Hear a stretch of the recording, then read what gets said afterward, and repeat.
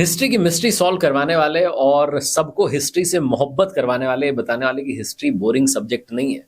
राजस्थान के हमारे लाडले और जन जन तक जो है, दुनिया तक इस बात को पहुंचाने वाले कि राजस्थानी भाषा से प्रेम करो, बहुत ही मीठी भाषा है। हमारे अपने लाडले राजवीर सर का मैं स्वागत करता हूँ। मैं आरजे कार्तिक, कपशविद कार्तिक में सर बहुत बहुत आपका वंदन करता हूँ। धन्यवाद कार्तिक भाई।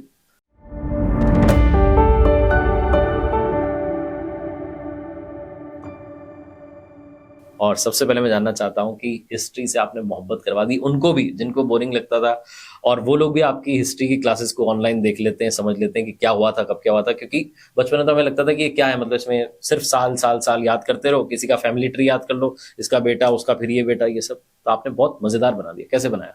मुझे लगता है मुझे कार्तिक भाई थोड़ा बचपन से इंटरेस्ट था कि भाई जैसे मैं आज लोगों से सुनता हूँ कि भाई मेरी हिस्ट्री की बातें उनको समझ आ जाती है, तो मुझे लगता है मैं चीजों को नरेट अच्छा कर लेता हूँ। उसका कारण था कि बचपन में घरों में कहानियां वगैरह सुनी थी, दादाजी कहानियां सुनाते, तो उनके जो वे ऑफ टॉकिंग था या उनकी जो स्टोरी टेलिंग थी वो बहुत अच्छी लगती, जो कनेक्ट डॉट्स होते उनको कनेक्ट करते थे। मुझे लगता है मैं वही कर लेता हूँ क्लास के अंदर। उससे क्या वो चीजें जुड़ जाती है, आम आदमी से चीजें जुड़ जाती है। कई बार क्या होता है, आप चीजों को एक लेवल से शुरू करते हो, कई बार आप लेवल से थोड़ा नीचे शुरू कर लेते हो। जब आप नीचे से शुरू करते हो तो बच्चा जुड़ जाता है, और वो जो एक भावना होती है ना कि आप क्लास में एकाकार हो जाते हैं, तो शायद वह चीज आ जाती है। और फिर मुझे लगता है अब शायद मेरे अंदर ही वैसे भाव आने लगे कि मैं उस कहानी को सुनाते समय उसमें चला ही जाता हूँ, इसलिए किसी दूसरे को भी सुनते समय शायद वैसा ही लगता होगा। तो वैसा मुझे लगता है कि वैसा हो गया होगा कुछ। बिल्कुल। तो मैं भी कहानी वाले ही कार्तिक हूँ, तो मैं भी कहानियां बहुत सुनाता हूँ। तो मैं भी जब कहानी सुनाता हूँ मुझे लगता है मैं उस कहानी के किरदार को निभा रहा हूँ, और आप भी वो हिस्ट्री में जो एचआई हटा के स्टोरी बता रहे हो। हाँ, मुझे लगता है आप वहां पर रहते हो, बस वही है, जिस साल की कहानी उस साल में पहुंच जाते हो। भाई आप वहां पहुंच जाते हो तो फिर वो लोगों को थोड़ा कनेक्ट कर लेते हो आप। राइट। तो अब मैं आपको कनेक्ट करता हूँ इस बात से कि मान लो आपको किसी वर्ष में पहुंचना हो, इतिहास के सुपर पावर आपको मिल जाए कि साहब आपके पास शक्ति है, आप जाके बदल दो किसी घटना को, कौन सी घटना को आप बदलना चाहेंगे? इतिहास आप पढ़े हो कार्तिक भाई, तो 1192 में त्राइन का दूसरा युद्ध हुआ था मोहम्मद गौरी और पृथ्वीराज चौहान के बीच में। पृथ्वीराज चौहान उस युद्ध में हार गए थे, गौरी जीता था इस युद्ध में। उसके बाद भारत में विदेशी शासन शुरू होता है जो 1947 तक लगातार रहता है। हम 1947 के बाद जाके पहला भारतीय देख पाते हैं जवाहरलाल नेहरू के रूप में, तब तक बीच में सारे विदेशी आते रहे, रूलर्स जितने भी थे। मैं चाहूंगा कि वो जो घटना है उस घटना को यदि बदल दिया जाता तो जो बीच के सालों के अंदर अपने गड़बड़ियां हुई थी ना, वो ना हो पाती। जैसे एक बड़ी गड़बड़ी ये रही कि शिक्षा व्यवस्था पूरी तरीके से भंग हो गई, क्योंकि बाहर से जो तुर्क आए थे उनका शिक्षा से सीधा सीधा कोई लेना देना नहीं था। विश्वविद्यालय जलाए गए, किताबें फाड़ दी गई, मंदिर तोड़े गए। मंदिर हमारे लिए केवल मंदिर नहीं थे, वो हमारे उस समय के गुरुकुल थे, उन गुरुकुलों को तोड़ दिया गया, हमारी व्यवस्था को बिगाड़ दिया। और फिर क्या, मध्यकाल के वो साल थे जिनमें व्यक्ति केवल ये सोच रहा था जिंदा कैसे रहना है, तो पढ़ाई बहुत साइड में चली गई थी। अंग्रेजों के आने के बाद एजुकेशन सिस्टम वापस शुरू हुआ, पर वो यूरोपियन पद्धति को लाद गए।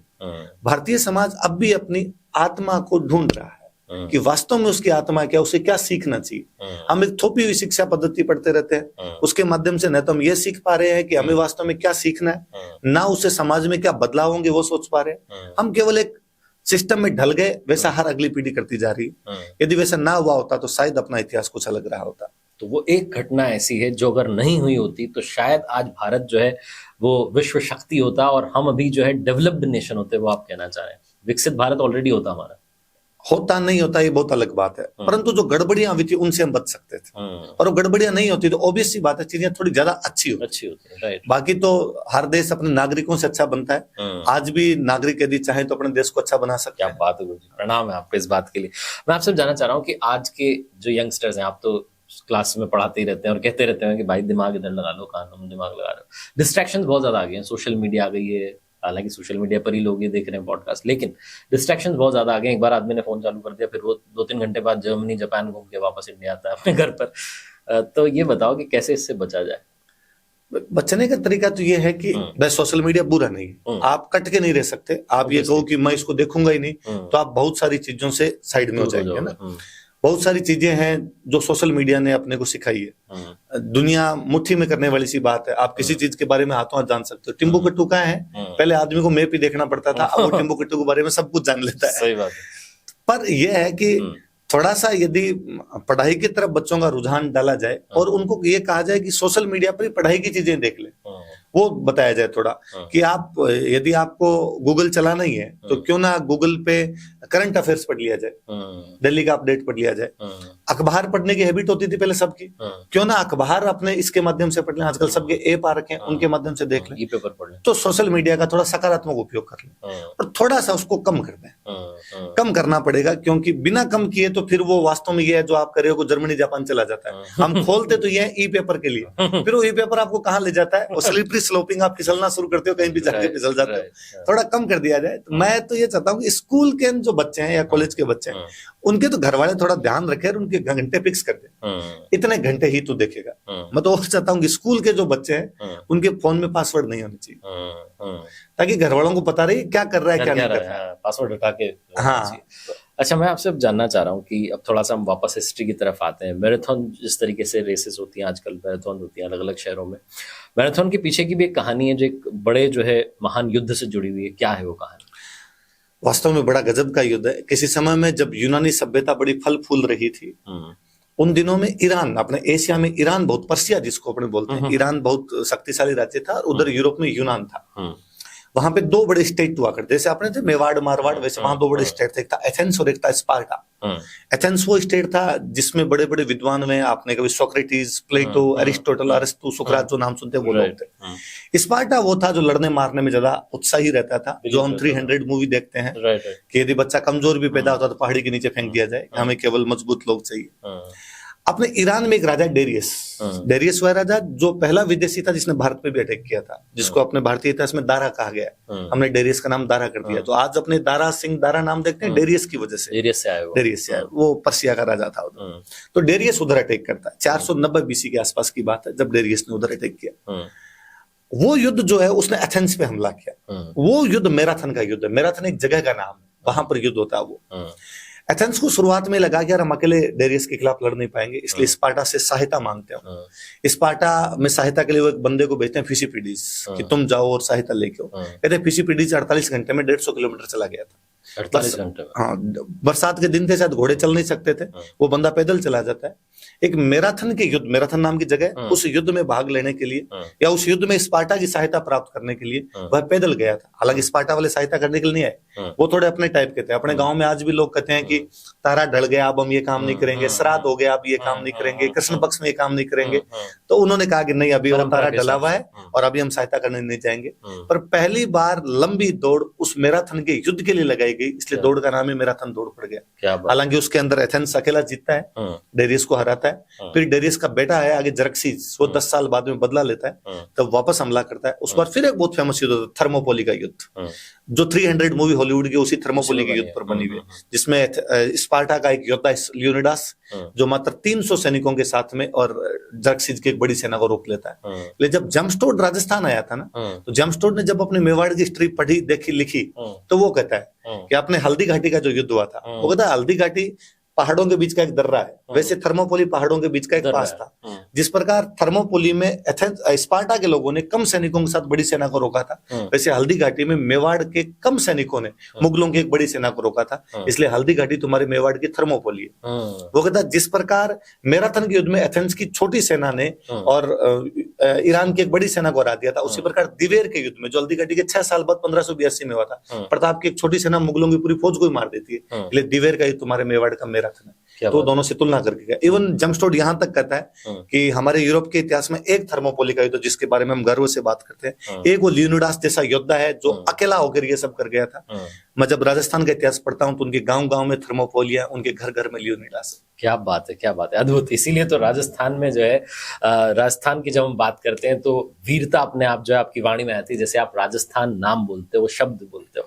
तो अब मैं आपसे जानना चाहता हूं कि राजाओं की बात करते हैं, बात चली है, तो सबसे महान राजा आपके शब्दों में, आपके हिसाब से किनको मानते हैं? वैसे तो महानता के पैमाने अलग अलग है ना, हम किसी चीज पे ले सकते हैं, पर मुझे अलग अलग क्षेत्र में अलग अलग है। इंडिविजुअल किसी को कोई दूसरा लग सकता है, सब्जेक्टिव है। मुझे एक राजा बड़े अच्छे लगते हैं इतिहास के अंदर, विग्रहराज चतुर्थ। पृथ्वीराज चौहान जो थे उनके ताऊ थे विग्रहराज चतुर्थ। उस बंदे का समाज को और इतिहास को देखने का जो नजरिया था ना, वो मुझे बहुत अच्छा लगता है। उनका एक अभिलेख मिला है हमें, हरियाणा का एक गांव है टोपरा, वहां का एक अभिलेख है जिस पर ऊपर अशोक ने लिखवाया था, अशोक महान जो मौर्य साम्राज्य के राजा थे, नीचे उसमें जगह पड़ी थी उसमें विगराज ने लिखवा दिया, जो बाद में अंग्रेजों को दिल्ली से मिला था। वो पिलर पे लिखा था, उस पिलर को फिरोज तुगलक उठा के दिल्ली ले गया था, तो अंग्रेजों को दिल्ली से मिला था। उस अभिलेख में वो लिखता है कि मैंने तुर्कों को हराकर अटक नदी के पार भगा दिया, मैं चाहूंगा कि मेरे उत्तराधिकारी उनको अटक नदी पार ना करने दें, अटक में अटका के रखें। हाँ, अटक नदी पार ना करने दें। ये चीज दो बताती है। एक तो उस बंदे का नजरिया था कि ये लोग इधर नहीं आने चाहिए, सही बात, उस साइड के लोग इधर आएंगे, तुम्हारी संस्कृति को, तुम्हारे यज्ञों को, तुम्हारे मंदिरों को, तुम्हारी मूर्तियों को, तुम्हारी शिक्षा को बर्बाद कर देंगे।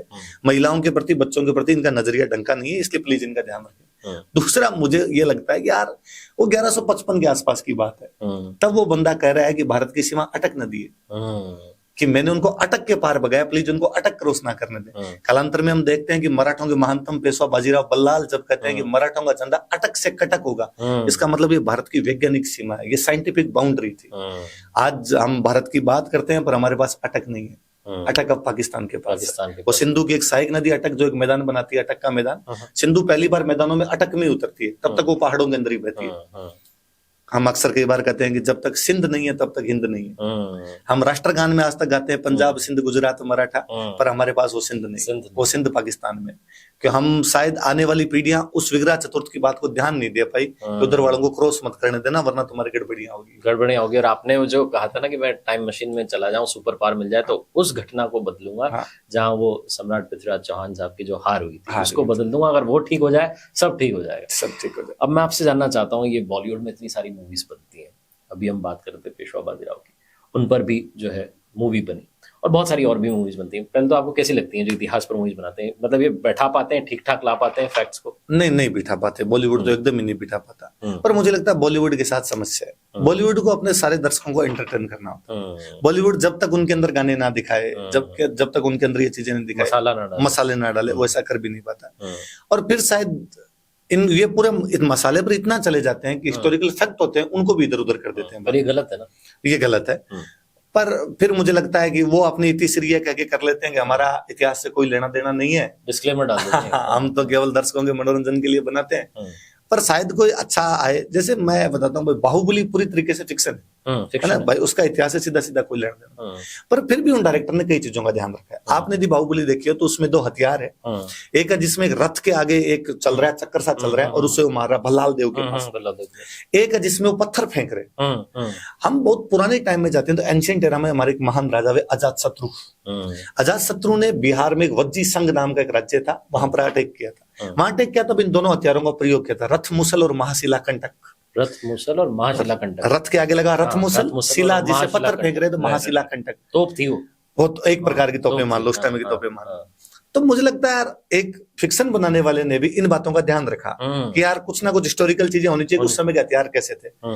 अब ये वाले कुछ ही कर लेते हैं। मुझे तो बड़ा इंटरेस्टिंग लगता है कि राजस्थान पे हिस्ट्री की मूवी बनाते हो और राजा को एकदम गोरा चित्ता दिखाते हो। मतलब वो दिमाग घुसा हुआ है इनके, ये रंग वाला वो घुसा हुआ है। आप 12वीं शताब्दी की 13वीं शताब्दी कोई मूवी बनाते हो और उसके अंदर कपड़े जैसे आज सिले में वैसे वैसे, तो इनका तो आविष्कार ही बहुत बाद में हुआ, इस प्रकार के कपड़े तो थे ही नहीं, पर ये सब उन चीजों को दिखा रहे हैं। तो ये थोड़ा सा इन चीजों पे यदि कर ले तो थोड़ा ठीक रहे। मैं आपसे जानना चाहता हूँ कि ऑफलाइन क्लास पसंद है आपको या ऑनलाइन क्लास पसंद है? ऑफलाइन।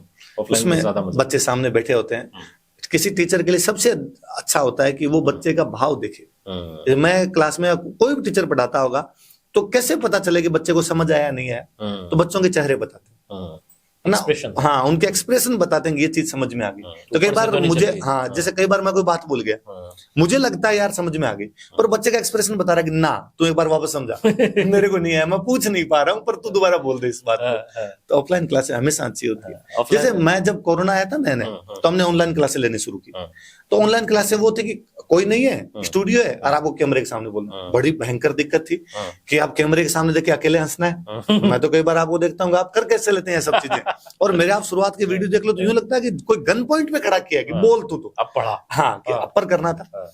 तो मुझे लगता है ऑनलाइन बड़ा अजीब सा है। लेकिन फिर वापस तो आपको इसने किया, मैं बताता हूँ, फिर वापस आया ऑफलाइन। ऑफलाइन आया तो अब चूंकि पहले हमारे पास ऑनलाइन सेटअप ही नहीं होते थे, अब ऑनलाइन सेटअप आ गए, तो हमने उन ऑफलाइन क्लासों को लाइव कर दिया।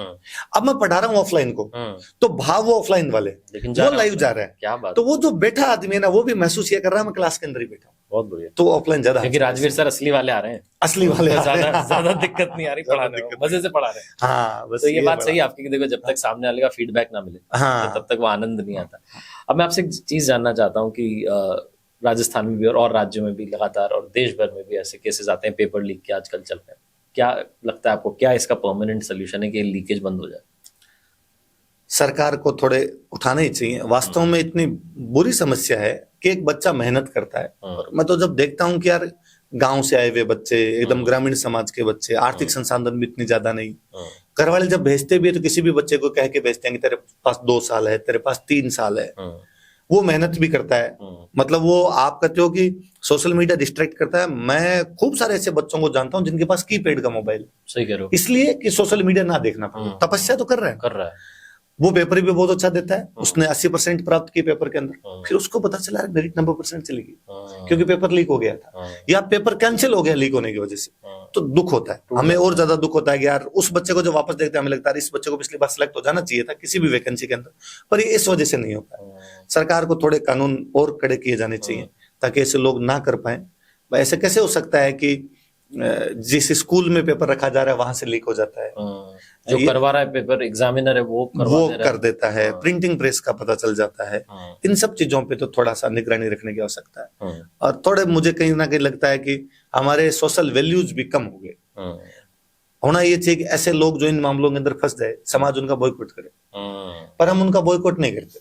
आजकल स्थितियां ये हो गई कि स्टेटस देखते हैं कि जमानत मिलने पर भाई को हार्दिक बधाई। जमानत मिलने, जेल से 5 बार लौटने पर बधाई। 5 बार लौटते हो, बाकायदा जेल से बाहर आते हो भाई का वीडियो है ना।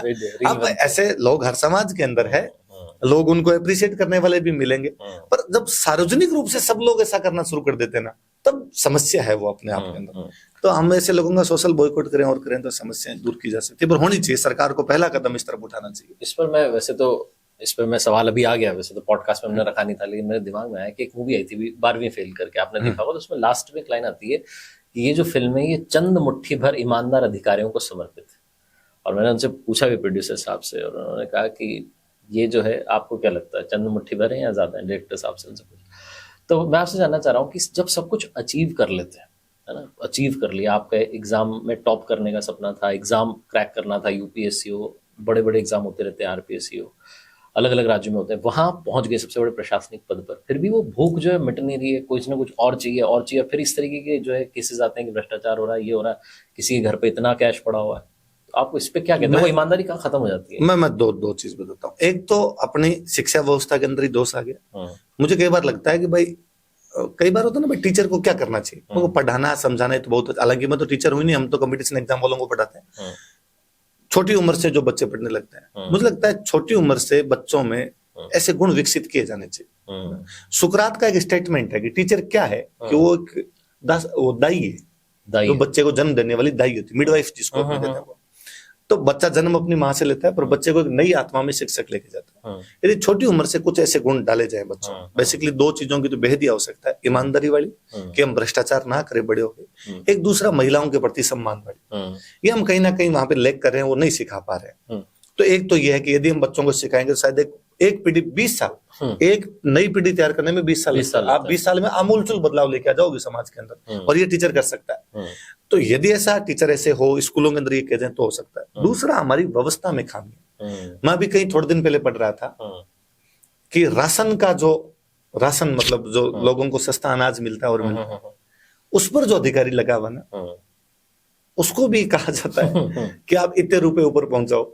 तो जब पूरी व्यवस्था ही करप्ट हो रखी हो, पूरा कुएं भांग ली हुई, तो वही कहना कहावत। हाँ, तो इसमें कहीं ना कहीं फिर खूब सारे अच्छे लोग हैं, मैं खूब सारे अच्छे लोगों को जानता हूँ जो इसमें बचे हुए हैं कहीं, पर फिर जब पूरा सिस्टम ही इस प्रकार का हो जाता है, सवाल उठता है। हाँ, फिर सब पे सवाल उठते हैं, सब प्रकार की चीजें भी है। तो अपने राशन या तो यूं ही चाले ली, बस तो यही चल रही बात है। तो वो बात है। तो इसमें थोड़ा सा अधिकारियों में भी भाई ये नहीं हो चीजें बचपन से इस प्रकार की। भाई मैंने एक क्लास में एग्जांपल देता हूँ कार्तिक जी, लंबा कर दूंगा बात। नहीं बताइए।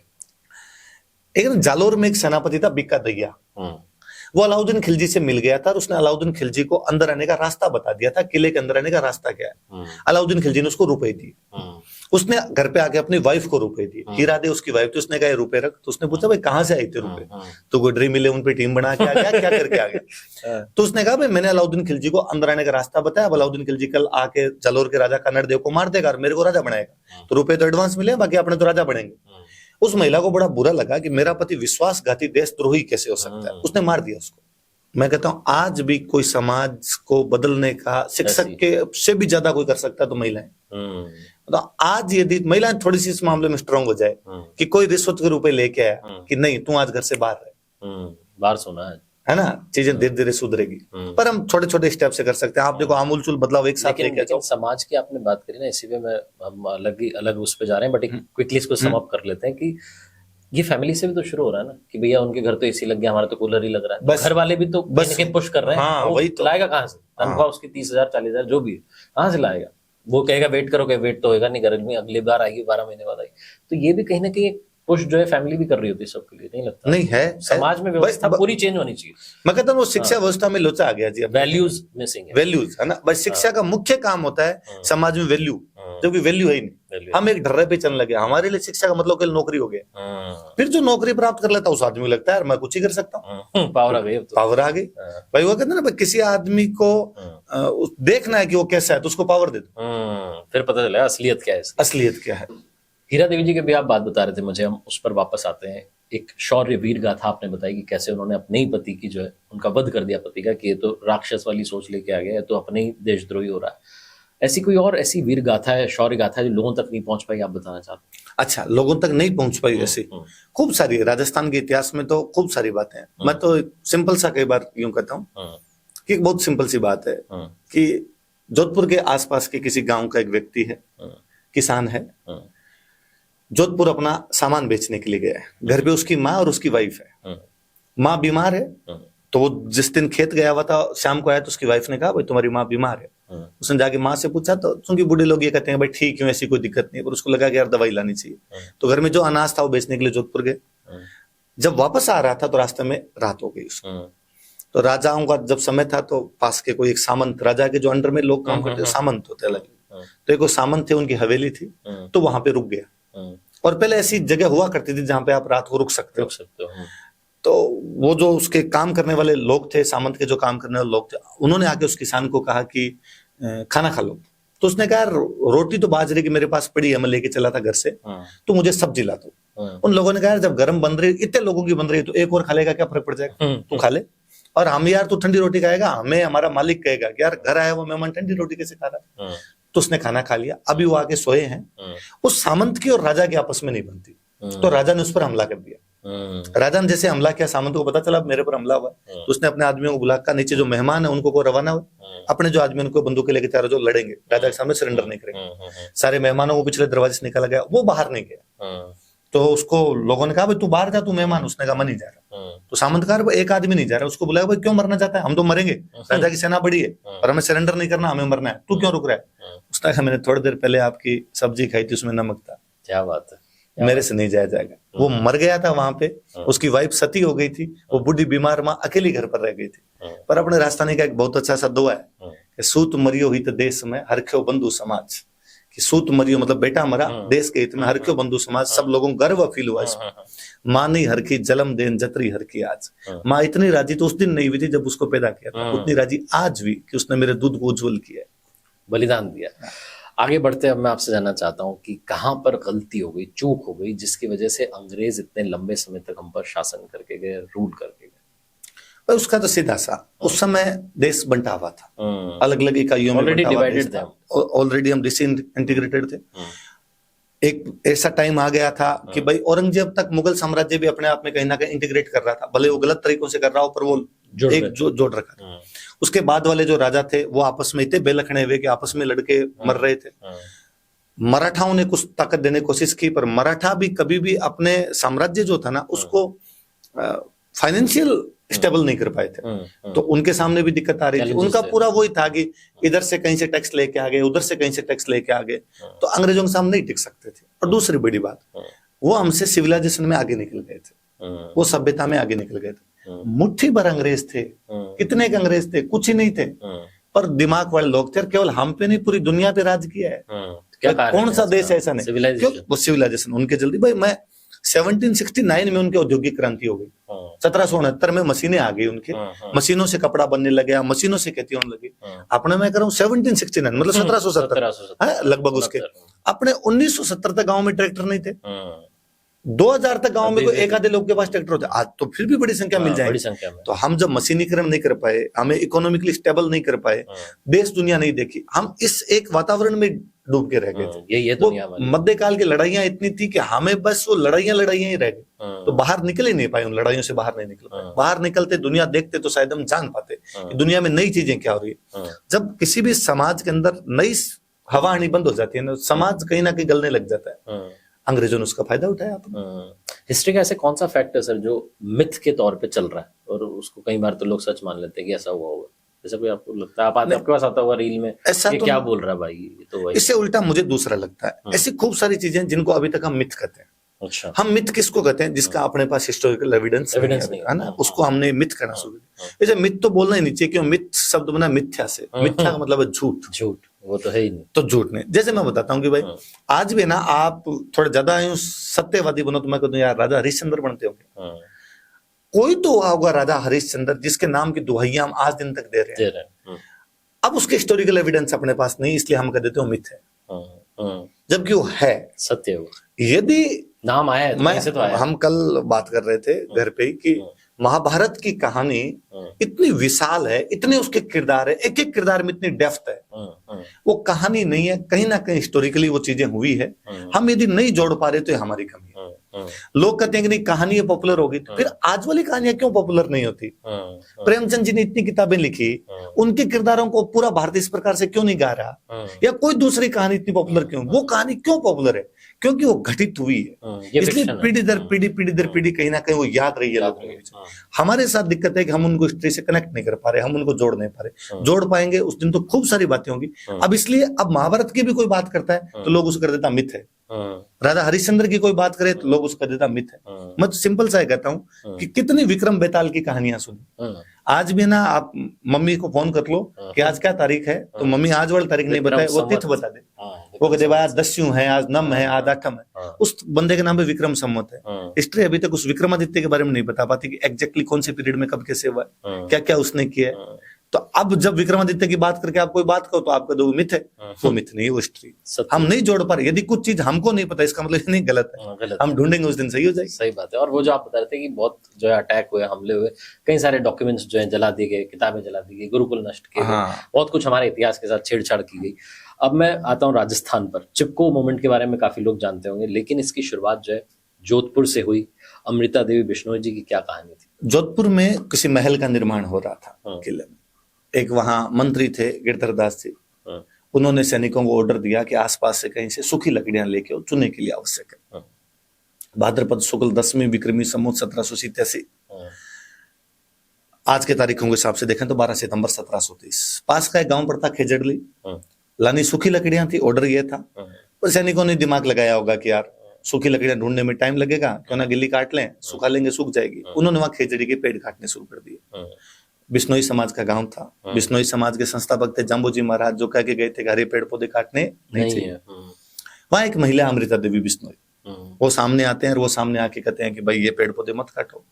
सैनिकों ने उनकी बात पे ध्यान नहीं दिया, तो उन्होंने कहा भाई मैं पेड़ के आगे खड़ी हूँ, मेरी आंखों के सामने तो नहीं कटने दूंगी। सैनिकों ने उनको मार दिया। देखते देखते पूरा गांव इकट्ठा हुआ, 363 लोग, 294 पुरुष, 69 महिलाएं। अमृता देवी जी, उनकी 3 बेटियां, उनका बेटा, सब उन पेड़ों को बचाने के लिए शहीद हो गए। मतलब दुनिया के इतिहास में ऐसी घटनाएं नहीं मिलेगी कि लोग पेड़ पौधों के लिए बलिदान हो जाए। मैं हमेशा कहता हूँ कि राजस्थान को बलिदानों की धरती कहा जाता है, तो हमने बलिदान भी अलग अलग क्षेत्रों में दिए। हमने किसी महिला के सम्मान के लिए बलिदान दिया होगा, हमने धरती की रक्षा के लिए बलिदान दिया होगा। धरती की रक्षा के लिए इतना दिया है कि बाटा बाटा भूमिया, जो आप भूमिया बोलते हो, मतलब भूमि की रक्षा करते लड़ते हुए मारे गए, वो शहीद है उस समय। इवन हमने पेड़ों की रक्षा के लिए दी थी, हमने कोई गायों की रक्षा के लिए दे दिया। तो अमृता देवी जी वाकई बेहद महान हुए। मैं तो अक्सर जब भी उनकी बात करता हूँ तो मैं कहता ही हूँ कि केवल राजस्थान ही क्यों, पूरे भारत को पता चलना चाहिए, पूरे विश्व को पता चलना चाहिए। गांव था। हाँ भाई, आज जब पूरी दुनिया एनवायरमेंट कंजर्वेशन की बात करती है तो फिर उनको याद किया जाए, उनको सबसे पहले याद। मेरे को तो अभी बहुत अच्छा लगा। अभी कुछ दिनों पहले मेरे पास एक इन्विटेशन था, अभी आ रखा वो, कि यूपी में बनारस के पास किसी गांव के अंदर वो अमृता देवी जी से प्रभावित होकर, क्योंकि इस साल उसको 294 साल हो रहे हैं, तो 294 पौधे लगाना चाहते हैं वहां।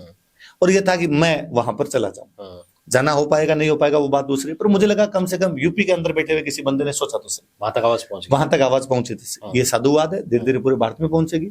ऐसी महान महिलाओं को स्मरण किया जाना चाहिए। पुनः मैं उसी बात पर आऊंगा, समाज को महिलाएं गढ़ती है, वो एक महान महिला अभी जिनके नाम पर ये है। और मैं तो जब जाम्बो जी की बात करता हूँ तभी मुझे लगता है शिक्षक जाम्बो जी जैसे होने चाहिए, जो उस समय 29 नियम सिखा के गए कि ये करना चाहिए, हाँ फॉलो करो। और उस महिला ने कहा सिर सांटे रूख रहे तो भी सस्तो जान, सिर के बदले में यदि पेड़ बच जाता है तो भी सस्ता है, ज्यादा महंगी बात नहीं। तो आज भी जाम्बो जी जैसे शिक्षकों की आवश्यकता, जो सिखाए, जो कोई दूसरा 29 नियम लाए। भाई जब इस देश ने बुद्ध, महावीर, जाम्बो जी, कबीर, नानक, रामदेव जी दिए हैं, तो अब भी तो वैसी चीजें दे सकता है जो समाज में आमूलचूल बदलाव ला सके। और जैसा आपने कहा 20 साल में जो है हम जनरेशनल चेंज ला सकते हैं। अब जो है अपन बात कराना राजस्थानी में, तो मुआव जो हड़ोती से थे बताओ राजस्थानी में कि क्यों जो है राजस्थानी ने अपनी जो है राजभाषा घोषित करना चाहिए। भाई राजभाषा घोषित करना तो वो है कि कोई भी भाषा केवल भाषा को नहीं हो, भी भाषा सागे बीरो इतिहास, बीरी संस्कृति, बीरी कला सब जुड़ी हो।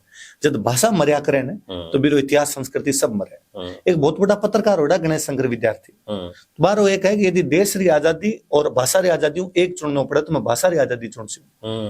हालांकि मैं तो कहूँ भाई देश री आजादी भी बहुत ज्यादा जरूरी है, मन तो पहला बात चाहिए, पर देश री आजादी अंदर तो मैं भाषा री आजादी मांग सी, बात तो मान मिलनी चाहिए। और फिर जब बाकी सारा राज्य, पंजाब पंजाबी में पढ़ा है, गुजरात गुजराती में पढ़ा है, महाराष्ट्र मराठी में पढ़ा है, साउथ आपरी भाषा में पढ़ा है, तो आपा कौन सी मोरनी का बाटा मारिया। नई शिक्षा नीति आई 2020 में, बा कवे प्राथमिक शिक्षा बच्चों को मातृभाषा में मिलनी चाहिए। दुनिया का तमाम विद्वान बात कही, सबने मिल सी, आपन को मिले, क्योंकि आपन हिंदी में पढ़ा सी, आपन हिंदी स्टेट घोषित करा के।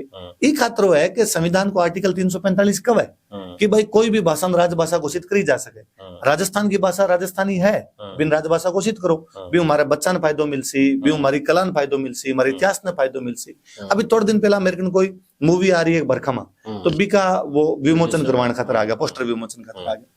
तो राजस्थानी फिल्मान लोग जाने को नहीं, राजस्थानी फिल्मान लोग देख रहे को नहीं, कारण कि बा भाषा मर गई। नहीं तो पंजाबी तो चल रही है, आपा सारा पंजाबी गाना तो सुन रहा, पंजाबी फिल्मा देख रहा, पर आ कौन देख रहा आपा। और मैं को आप भी को नहीं भाई, कई बार लोग कहा कि भाई राजस्थानी भी तो कंटेंट कौन बनाया, तो मैं क्या देखा।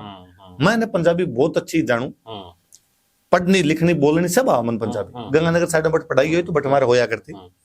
आप 20 साल पहले की पंजाबी फिल्म देखो, आप लाग सर के बना दी हुई। आप 20 साल पहले की साउथ की मूवी देख लो, मतलब एक बंदो 12 दिल निकाल के फेंक रहे और हॉस्पिटल में जाके लाग गयो, पर आज साउथ कट पहुंचे हुए, आज पंजाब की इंडस्ट्री कट पहुंचे हुए। आपा कठो तो शुरुआत कर सकते पहुंचा। एक खातर भाषा भेद जरूरी है।